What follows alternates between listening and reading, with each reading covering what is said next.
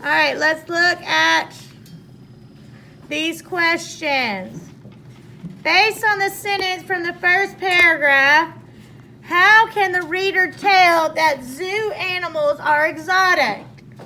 Here's the sentence.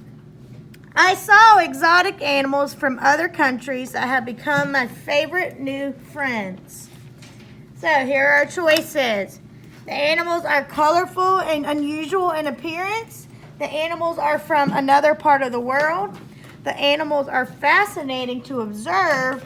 And the animals are in captivity in the zoo.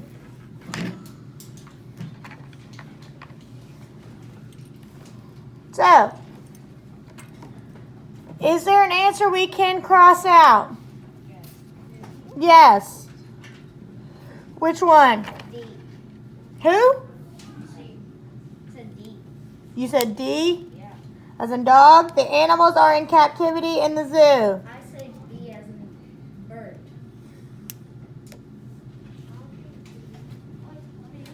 Are we on the first question? We're on the first question. Okay, then I say B. I said A. B is the answer, or B as in something you want to cross out? B is the answer. B is the answer, yes. B is the answer. The animals are from another part of the world. I saw exotic animals from other countries that have become my favorite new animals. From other countries, it's the same thing as from another part of the world. How can the reader tell the zoo animals are exotic?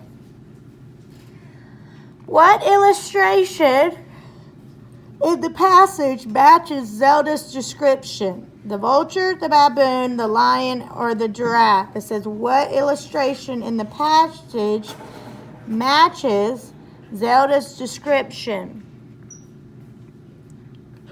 So let's go look at each passage, going back to the beginning. All right, so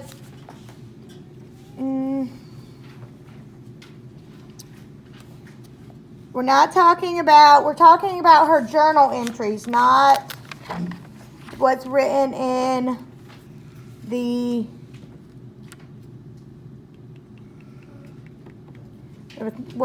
poems. Thank you. All right, so we have the Emperor Scorpion,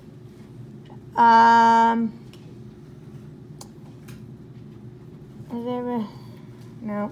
Leopard, the spotted body of the leopard was fascinating to watch. My other animals and their home in African savanna. This grassland with low trees allows animal to graze. The elephant is a favorite zoo animal. No, that doesn't really explain what a lion is. I laugh when I watch baboons on the grasslands of a savanna habitat with new suits of clothes. The largest one might have been confused with my dad. The lion is such a grand animal with a large mane and head and small lower body. Then you have the giraffe. It says, when I spotted the giraffe at the zoo, I could see him over the fence before I entered the savannah exhibit. So which one describes what the picture is? The lion. The lion.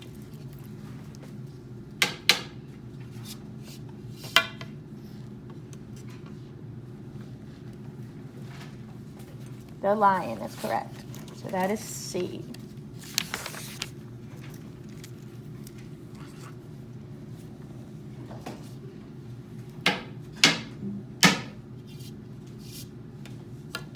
Stand up.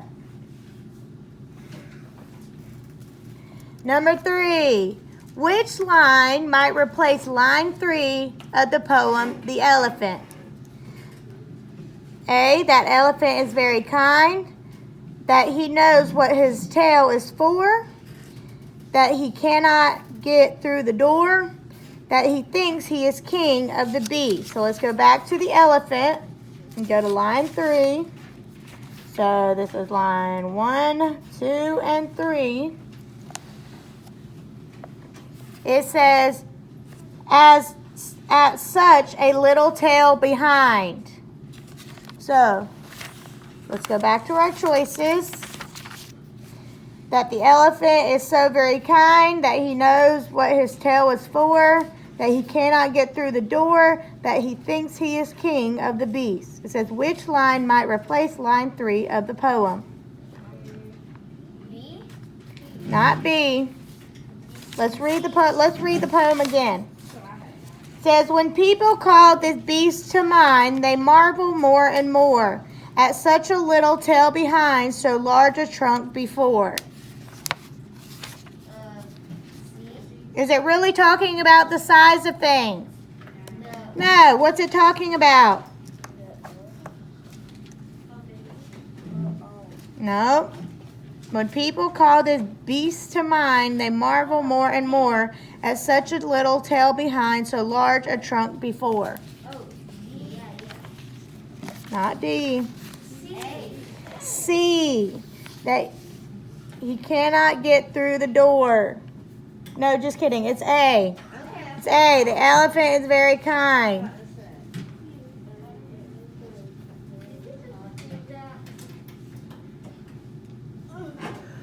I have the answers in front of me and I can't even read them correctly. All right, number 4. Which animal in the rainforest is described as one that can eat more than 3 meals per day? The frog, leopard, scorpion, vulture. Leopard. Let's go check. They only eat one meal a day. Vulture.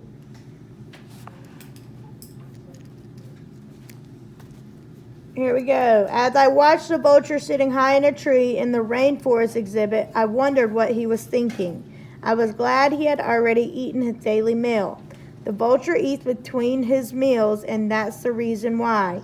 He's very, very rarely feels as well as you and I. His eye is dull, his head is bald, his neck is growing thinner. Oh, what a lesson for us all to only eat a dinner. The answer is D, a vulture. It's the only one that talks about food. All right, number 5, part A. It says, what can the reader conclude based on the frog? So let's go back to the frog. Let's read the frog again. It says, be kind and tender to the frog, and do not call him names, as slimy skin or pollywog, or likewise ugly James, or Gap a grin, or Toad gone wrong, or Billy Bandy Knee. The frog is justly sensitive, the epithet like these. No animal will more repay a treatment kind and fair, at least so lonely people say who keep a frog. And by the way, they are extremely rare.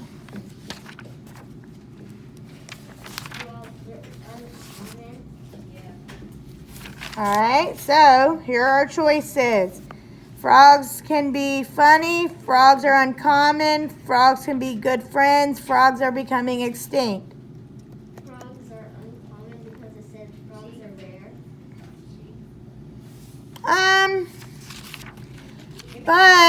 But that's not like the main The main thing is C. the main thing is that frogs are good friends. Yes, they're not.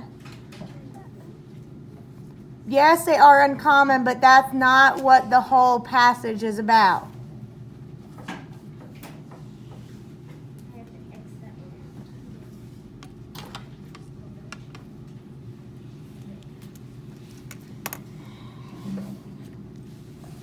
So, the frogs can be good friends.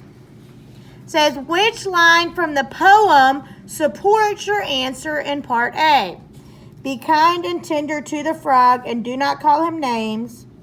The frog is justly sensitive, the epithet like these. No animal will more repay a treatment kind and fair who keep the frog, and by the way, they are extremely rare. So which one supports that frogs can be a good friend? No animal will repay more a treatment kind of fair. No animal will repay a treatment kind and fair. All right, number 6. says, which poem contains the rhyme scheme A, B, A, B? So we have the frog, the vulture, the leopard, and the elephant. So let's go back and look. We've already kind of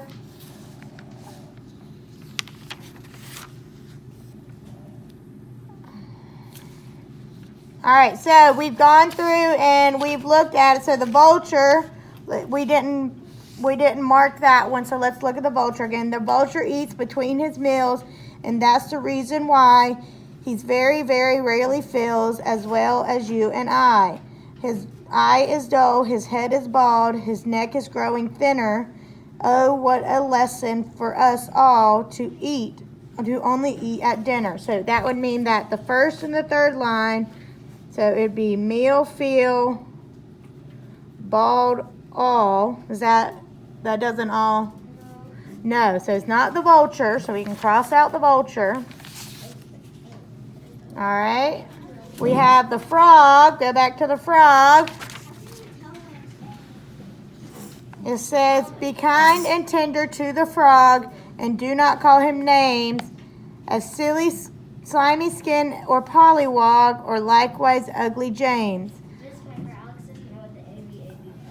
The AB is just the rhyming scheme. So so that would mean that the A is frog, and then does names rhyme with frog? No, name doesn't rhyme with frog, so that would be my B.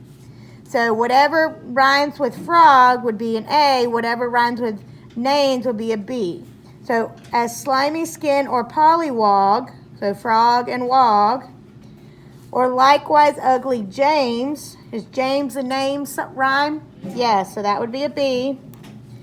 Or a gap o' grin, or toad gone wrong. Wrong, wog, frog. Yeah, I can see that. Or Billy Bandy Knees, James, names. Nope, I don't think so. So that would start my C. Anytime there's a new rhyming scheme, you start with the new letter. So then the frog is just sensitive to epithets like these. So knees and these. So that would be C. Sensitive does not rhyme with anything. All right, so that would not be an AB. So now we're looking at the leopard and the elephant. So let's go to the leopard. It says, this is the leopard, my child. His temper's anything but mild. So child and mild. So A and A. The leopard can't change his spots, and that's so say that hot 10 tots. That'd be B and B, because spot doesn't rhyme with child or mild.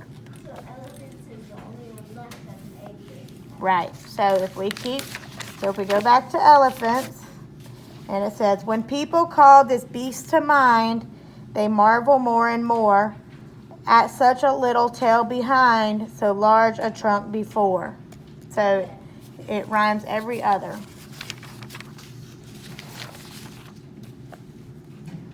Elephant. Elefante. Number 7. I'm not going to keep trying to wake him. I'm just going to write it down and message Mom and just let her know that, I can't get him to stay awake. Sure will. You can. All right, number 7. How can the reader tell that Oliver Herford wants the poem The Giraffe spoken in an unusual way? It says the poet adds dashes within words and lines. The poet adds spaces within words and lines. The poet adds extra consonants to the words. Or the poet adds extra vowels to the words. So which ones do we automatically know that it's not? C and D. They don't add any extra consonants or vowels. Okay, so we're looking at the giraffe. So what do we see what kind of structure do we see? We see the dashes. Look at these words. See the giraffe. He is so tall, there is not room to get him all. Upon the page, his head is higher. The picture proves it than the spire. So what do? Are they adding spaces or dashes?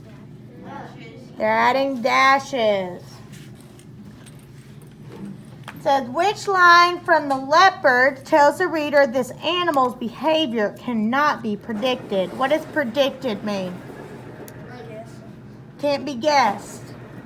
So if it can't be guessed and it's unpredictable, that means that it could go off at any point. So his temper's anything but mild. The leopard cannot change his spots.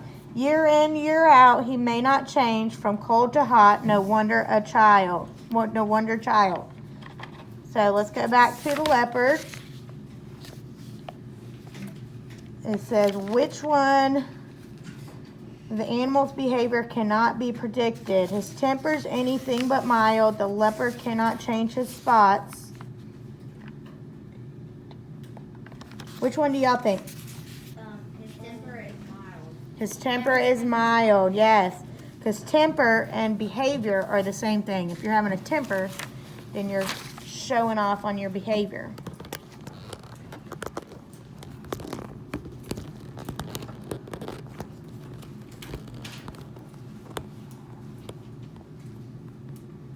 How does the speaker use lines 11 through 14 of the giraffe? To show why the giraffe likes to run races, to show why the giraffe likes to be in the rain, to show why giraffes must wake early in the morning, to show why giraffe must use his neck to get his food. So going back to lines 11 through 14 of the giraffe, so we're looking at right here where it says they got 10, that's line 10, so that means this is 11 through 14. It says, his food has such a way to go, his throat so very long, and so an early breakfast he must munch to get it down ere time for lunch. So which one, how does the speaker use line 11 through 14? What do you think? C.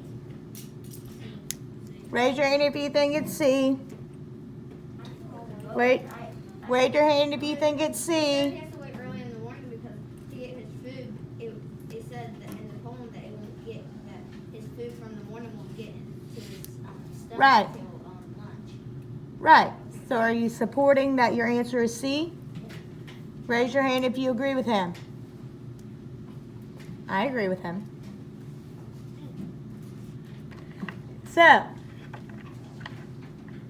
the answer is C for number 9 because although it talks about his, he's not actually using his neck to get food. Because is he wrapping his neck around the leaf to get food? No, that's just a normal thing. So they're using the lines to show why the giraffe must wake early in the morning and eat because it takes forever for it to get to its stomach. So that would be C. Good job, Charles. Says, what line in the Vulture forms a stanza? So we have lines 1, 2, 3, 5, 6, 7, 5, 6, 7, 8. So let's go to the Vulture. A stanza is a what? Sentence or Not a sentence. lines, A stanza is another word for a what? paragraph. A paragraph. All right, so we have 1, 2, 3, 4, 5, 6, 7, 8. So which one makes a stanza? Well, we have this line break right here. Line break right here, so we know this is one stanza and this is a second stanza. Okay? So, but now we got to look at our questions and see which one matches. Which ones is a stanza? We have lines 1, 2, 3. We have lines 5, 6, 7, and 8. Lines 5, 6, lines 7, 8. So which one is a full stanza? B. B. Lines 5, 6, 7, and 8. Right there, question. And then number 11.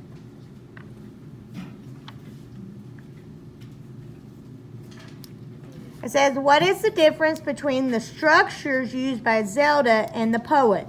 Zelda uses lines and paragraphs while the poet uses sentences and stanzas. Zelda uses sentences and stanzas while the poets use lines and paragraphs.